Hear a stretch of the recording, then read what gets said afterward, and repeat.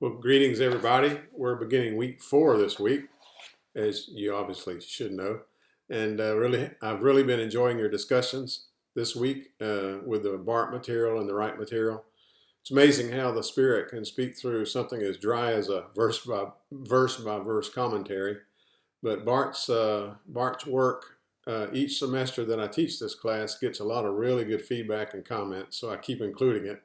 And I'm glad y'all picked up on some of the stuff, especially those of you who picked up on the the fact that it's the Spirit who does the work and not us. We make ourselves available, but the Spirit uh, takes even our feeble efforts and does things with them that we would not expect. And so I like to say sometimes, God, please work through me and in spite of me. And Bart, that's not what Bart says, but that's kind of my way of thinking through all of that. And then you picked up on some of the stuff related to worship and right, as well as trying to remember who it was who picked up on the public. Several of you made comments about his chapter on the public square, and that's such a good chapter. And someone made a comment about, I think it was Victoria, but I'm not positive, about especially being in prayer for people in government. And that was a really excellent post. Thank you for that. So really have been enjoying your discussions, the way you've been digging in, the way you've been engaging with the text and the different authors, and thank you for that. There are 2 or 3 of you who aren't posting very much at all. I am aware of that. I'll try to have as much grace as I can, but posting is like coming to class in this setting, in this context. So please do post. We need your feedback. You need our feedback, and this needs to be a collaborative effort. So that's all I'll say about that for now. If I need to, I'll send individual emails, but please do post as often as you can. I understand schedules are busy and all of that, but you signed up. So please participate as much, excuse me, as much as you can. I'm always excited about week 4 because I'm a Wesleyan person. Steeped in some of Wesley's thoughts. I'm not limited to Wesley's thoughts, but he certainly speaks to me a lot. And so I'm looking forward to this week on Wesleyan distinctives. I know it's a tough week for y'all because you need to be reading, and you need to be posting, and you need to be writing a book review. I understand that, but you know, it's just part of it, and you have known this now ever since you've had the syllabus. So hopefully you've planned well. And so please do, and you don't have a whole lot of reading. I think it's 4 sermons of Wesley and Christine Pohl's article on hospitality. But please do read and discuss and post. But Wesleyan distinctives are very helpful. I think you might have a chapter in my book too. But Wesleyan distinctives are very helpful as we think about, you know, what God's intentions for us are, what God's intentions for the world are, etc. Concerning your Wright book review, please do pay attention to what the syllabus says on page 5. And I'm going to just go over that with you. Some students tend to overcomplicate the book review. I don't mean by that you should not work on your book review or give thought to your book review and engage with your book review well. I don't mean that, but I do mean don't overcomplicate it. It's 2 pages, single-spaced. The first third of the book review is 1 to 2 paragraphs, single-spaced, where you're summarizing the author's main arguments. Please notice that phrase in the syllabus. You're not summarizing the book. You're summarizing the author's main arguments, okay? That's a real important distinction. And so please pay attention to that. So I want you to exhibit that you have read Wright and understood him well enough that you can summarize in 1 to 2 single-spaced paragraphs what his most important points are, okay? So don't give me chapter 1 is about X, chapter 2 is about X, chapter 3. Don't give me a chapter-by-chapter synopsis.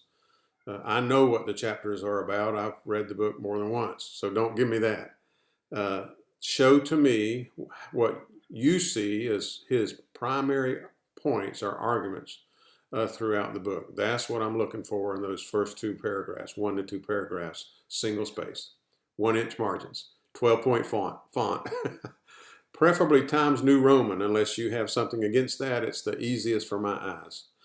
The next 2/3 of the book review somewhere around 4 to 5 single-space paragraphs is where you engage in the text. You engage with Wright. You have a back and forth in a sense, or you talk through in writing things that have stood out for you. The way I phrase it in the syllabus is for example, some questions to prime the pump. What did you learn? How do you look at things differently from the way Wright looks at things? What issues, questions, or concerns did the book raise for you? What are some consequences? This is especially important. What are some consequences or implications for ministry? Okay, so just to give you one example, for me, Wright, and this was not a new thing for me because I had been so involved with Matthew Sleeth when I was at Asbury doing my PhD work, but still, when I read Wright, one of the things that I learned from him was just a profound understanding of how creation care is something that is rooted all the way back in the account of creation. And so that was something that was raised for me, okay?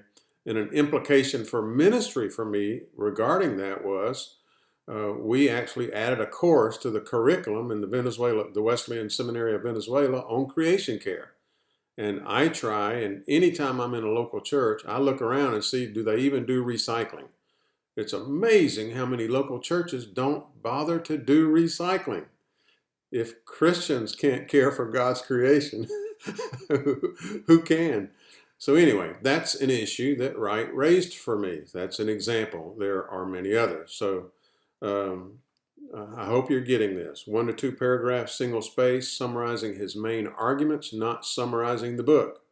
And then the next, say, 4 to 5 single space paragraphs, the rest of the review. What issues, concerns, or questions did the book raise for you? What did you learn? How do you look at things differently? And what are some implications for ministry? Again, all of that is on page 5 in your syllabus, so please do pay attention to that. When I see that structure for your book review, I automatically read your book review with an eye toward being kind. When I don't see that structure, whether it's true or not, that communicates to me that you have not paid attention to the instructions for the book review. And I'm human, so I'm going to read that as, and I won't have as kind an eye for you as I'm grading it. So please do pay attention to this, okay? Hope this makes sense. Hope you have a great week in the Lord, even in the midst of your busyness. Those of you struggling with health issues, I hope God brings you quick healing. Those of you who have loved ones struggling with health issues, pray that God brings them quick healing.